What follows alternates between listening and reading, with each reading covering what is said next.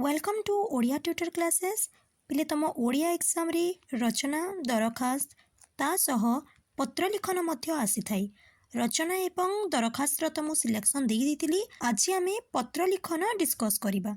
देख पिले तुमर पत्र लिखन टोटाल तीनोटी टाइप रे आसी थाई। फर्स्ट है बापांक पाखकु पत्र लिख, सेकेंड है बंधुंक पाखकु एवं थर्ड है सान भाई किंबा भौणी पाखकु। ए तीनोटी पत्र छड़ा तुमर अन्य कौनसी मध्य पत्र एग्जाम रे आसी न थाई। सेथिपाई टोटाल मु आज चारोटी इम्पोर्टेंट सिलेक्टिव पत्र लिखन आनिकी आसी अछि। तमे सबु देखि दियो तार फॉर्मेट केमती केमती कोन लिखा जाए। तमे इजीली 5 रु 5 एग्जाम रे स्कोर करि पारिबो। फर्स्ट है तुम जन्मदिन उत्सव रे जोग देबा पई बंधुंक निकटकू पत्र लिख। एग्जाम रे जन्मदिन छड़ा अन्य किछि मध्य देई थाई पारे, बंधुंक ना मध्य देई थाई पारे पिले, किंतु फॉर्मेट या ही रहिबो। तुमको एबे लेखिबाकू किछि भी पड़िबनी, स्क्रीनशॉट नेबाकू मध्य पड़िबनी। मु सब आम टेलीग्राम चैनल रे अपलोड करि देबी। जेहेतु तमे सांग पाखकू लिखुछ एठी प्रिय लिखिदेब। मु झियो ना नै कि एठी पिंकी लिखिछि, तमे जे कोनोसी ना लिखि पारिबो। टॉप राइट हैंड साइड रे तमे डेट लिखिदेब। फर्स्ट 1-2 लाइन रे तमे चेष्टा करिबो तम सांग को तार परिवार वर्ग को शुभेच्छा जणैबाकू। मोर अनेक अनेक भल पाइबा ग्रहण करिबो। आशा करी तू एवं तू परिवार रे समस्ते भलरे थिबी। नेक्स्ट टिके गैप देकी तमे लिखिदेब को कारणरू तमे पत्रटी लिखुछ। जेहेतु जन्मदिन निमंत्रण पई लिखु अछि ता आमे लिखिबा। तते एही पत्रटी लिखिबार एक विशेष कारण अछि। आसंता 28 डिसेम्बर रे मोर जन्मदिन। प्रतिवर्ष भली एथर मध्य आम घरे एक छोट उत्सवर आयोजन करा जाइछि। संध्या 6टा बेले को केक कटा जिबा सह रात्रि भोजनर व्यवस्था होइछि। तू मोर सबुठारु प्रिय सांग, तेणु तू बिना मोर जन्मदिन अधूरा। आमर अन्य सांग माने मध्य आसु अछंती। आमे समस्ते मिसी बहुत मजा करिबा। तू सेदिन निश्चय आसीबो बोली मोर विश्वास। लास्ट को प्रणाम जणैबो तांको बापा मां को एवं राइट हैंड साइड कॉर्नर रे तम ना लिखिदबो।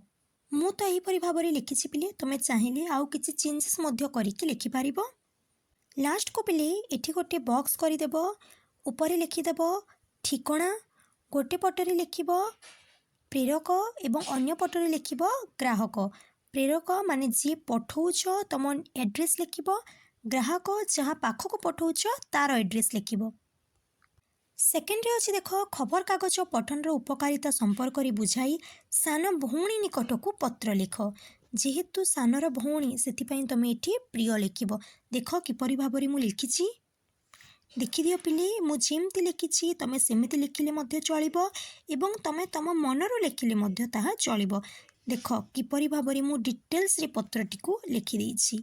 जेहेतु तमे बाहरे रहुछ एवं तुम सान भौणी पाखकू जी कि घरे रोचे ता पाखकू लिखुछ, से लास्ट को बापा और बोऊ को मोर प्रणाम जणैबू एहीपरि भाबरे लिखिबो।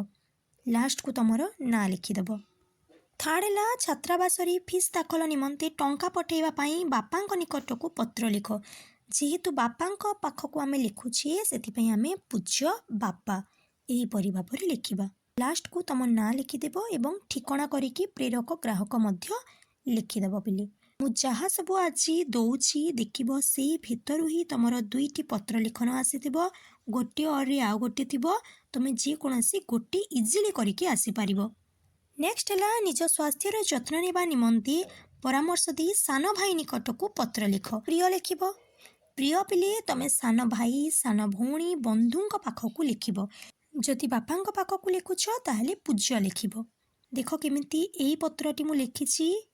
तमे इजीली ए पीडीएफ टी आम टेलीग्राम चैनल रे पाइजिबो। वीडियोटी को लाइक कर दियो प्लीज एवं तुम सब सांग मानक सह शेयर कर दियो।